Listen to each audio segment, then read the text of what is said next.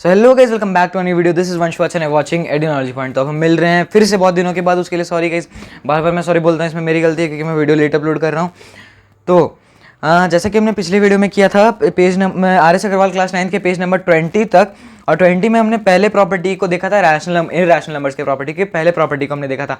और आज हम देखने वाले हैं दूसरे प्रॉपर्टी और तीसरे प्रॉपर्टी को, और एंड सो ऑन आगे भी देखने वाले हैं हम चीज़ों को। तो सबसे पहले तो हमने पहला प्रॉपर्टी डिस्कस कर लिया था। अगर आपने नहीं देखा है तो आप जा सकते हो, मैं आपको उस वीडियो का लिंक दे दूंगा जिसमें आपको मैंने पहला प्रॉपर्टी बताया। आज हम डिस्कस करने वाले हैं दूसरी प्रॉपर्टी के बारे में, जो कि है दूसरे प्रॉपर्टी में सबसेट में पहला प्रॉपर्टी क्या है, दूसरे प्रॉपर्टी के सबसेट में, यानी कि रोमन 1 में एक प्रॉपर्टी लिखा गया है, sum of two irrationals need not be an irrational. Sum of two irrationals need not be an irrational. इसका मतलब क्या होगा, समझ आया? कुछ नहीं समझ आया, अभी समझेंगे। दो इरैशनल नंबर हैं जिनका जो सम है वो हमेशा इरैशनल नहीं होता है, वो रैशनल भी हो सकता है। It can even be rational, not only irrational. Okay, so if we take as an example, for example we can take like 2 + √3 plus 4 + √3 4 - √3, okay, 4 - √3. So according to the property we note that sum of two irrationals need not be an irrational. यानी कि जब हम दो irrational numbers को add करें, यानी कि ये एक irrational number है, this is also an irrational number. When we sum up both the irrational numbers, then the sum that comes, the answer that comes need not be an irrational number. So first we will be checking it by adding it. Okay, so first we will be removing up the brackets. Okay, so 2 + √3 हो जाएगा यहाँ पे, plus bracket हटेगा तो 4 - √3 ये हो जाएगा।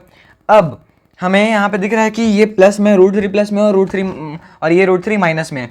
Plus और माइनस क्या हो जाता है, कैंसिल, क्योंकि दोनों सेम ही है और प्लस और माइनस है, तो इससे इसको सब्ट्रैक्ट कर देंगे तो यानी कि कैंसिल हो गया। ठीक है, कैंसिल हो गया। अब 2 + 4 क्या होता है, 6। अब यहाँ पे बहुत लोगों को कन्फ्यूजन हुआ होगा, जो लोग फेमिलियर नहीं है इससे, कि ये कैंसिल कैसे हो गया। तो अगर मैं बोलूँ कि +4 और -3, अगर हम इसे अरेंज कर दें, जैसे यहाँ पे क्या था, 2 + √3 प्लस 4 - √3 था, इसे था यहाँ पे। अगर हम इसे अरेंज कर दें, 2 + √3 -√3 प्लस 4, तो √3 और प्लस √3 -√3 माइनस हो जाएगा। तो उससे अच्छा हम इसे डायरेक्ट कैंसिल करते हैं, है कि नहीं? उतना झंझट बिना मतलब का करने का ज़रूरत नहीं है। So this is the second property in which we get to know that sum of two irrational numbers need not be an irrational number. यानी कि दो इरैशनल नंबर्स को जब हम ऐड करते हैं तो इरैशनल नंबर ज़रूरी नहीं है कि वो हो, लेकिन अगर इसी की जगह पे यहाँ पे प्लस होता तो ये कैंसिल नहीं होता और ये क्या हो जाता, 6 + 2 √3। ठीक है, क्या हो जाता, 6 + 2 √3 हो जाता है कि नहीं? तो ये क्या हो जाता है, इरैशनल। तो वो कभी कभी इरैशनल भी हो सकता है और कभी कभी रैशनल भी हो सकता है, लेकिन हमेशा वो इरैशनल हो इसकी कोई गारंटी नहीं है।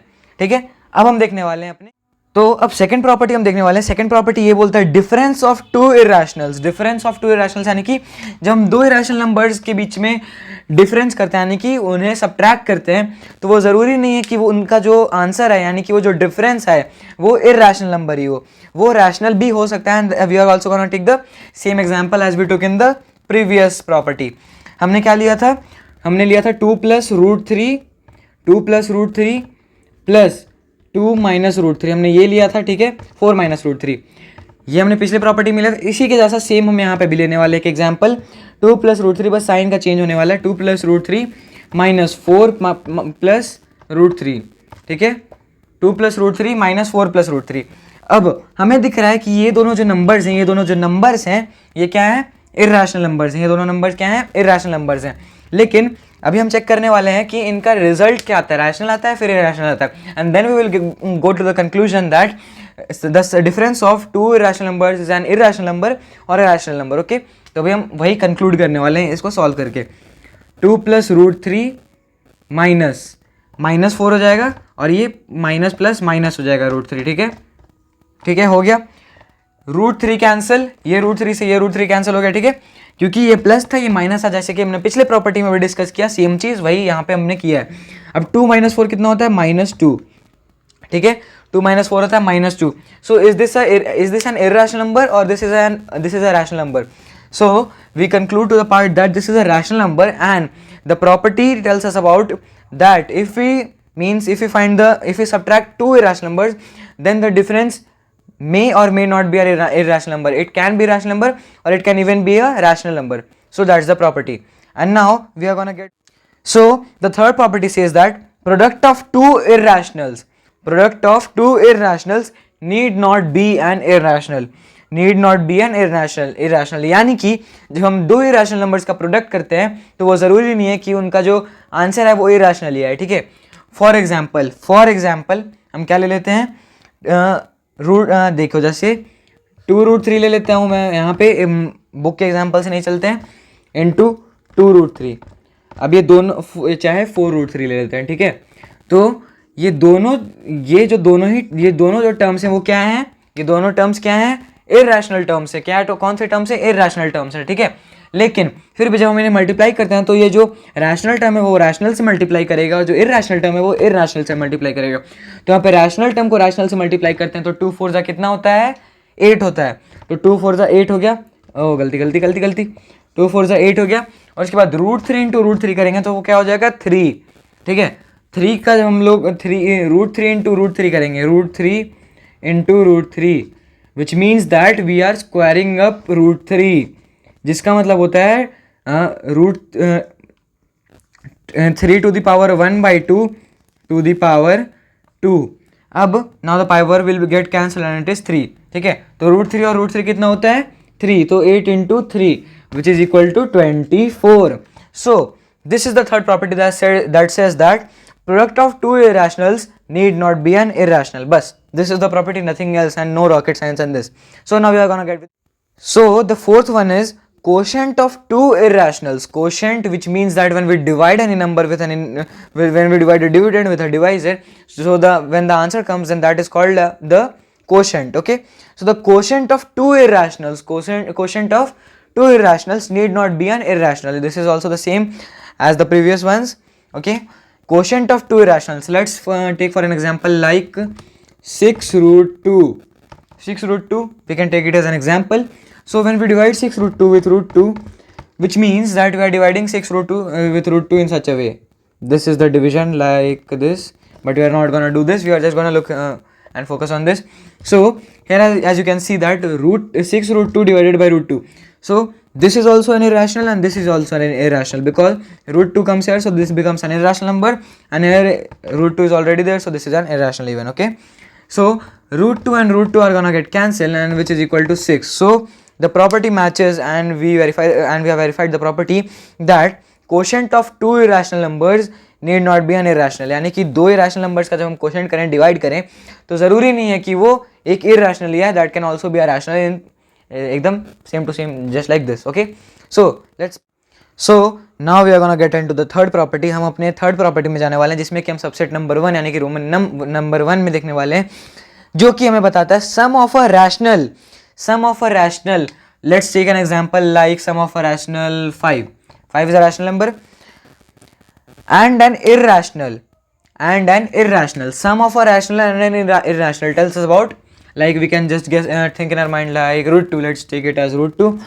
Then sum of a rational and an irrational is always irrational, and this is always, matlab like there is no exception.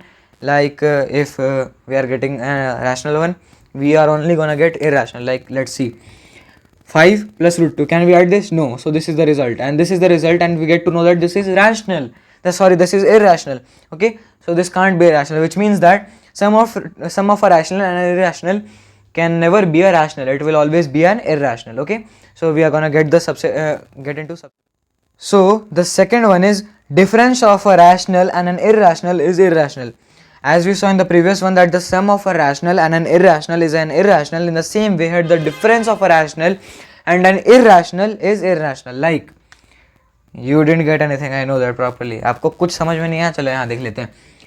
Difference of a rational, पहले rational एक नंबर सोच लेते हैं 6, and an irrational क्या हो सकता है, irrational minus √2.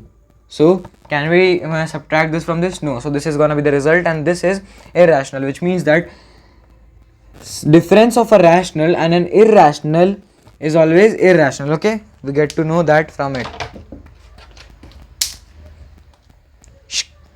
Okay, so this is the second one, and now we are gonna get in the so the third one is product of a rational and an irrational. Product of a rational and an irrational is always irrational. When we product a rational number with an irrational number, then the result that comes is always irrational. यानी कि एक rational number सोचेंगे, एक irrational number सोचेंगे. एक rational number सोच लेते हैं 2 और एक इरैशनल नंबर सोच लेते हैं क्या, रूट टू. तो जब हम 2 को √2 से मल्टीप्लाई करेंगे तो ये क्या हो जाएगा, तुरुत्तु. 2√2 बोलते हैं लेकिन तुरुत्तु करेंगे हम यहाँ पर, ठीक है. तो ये 2√2 हो जाएगा, तुरुत्तु.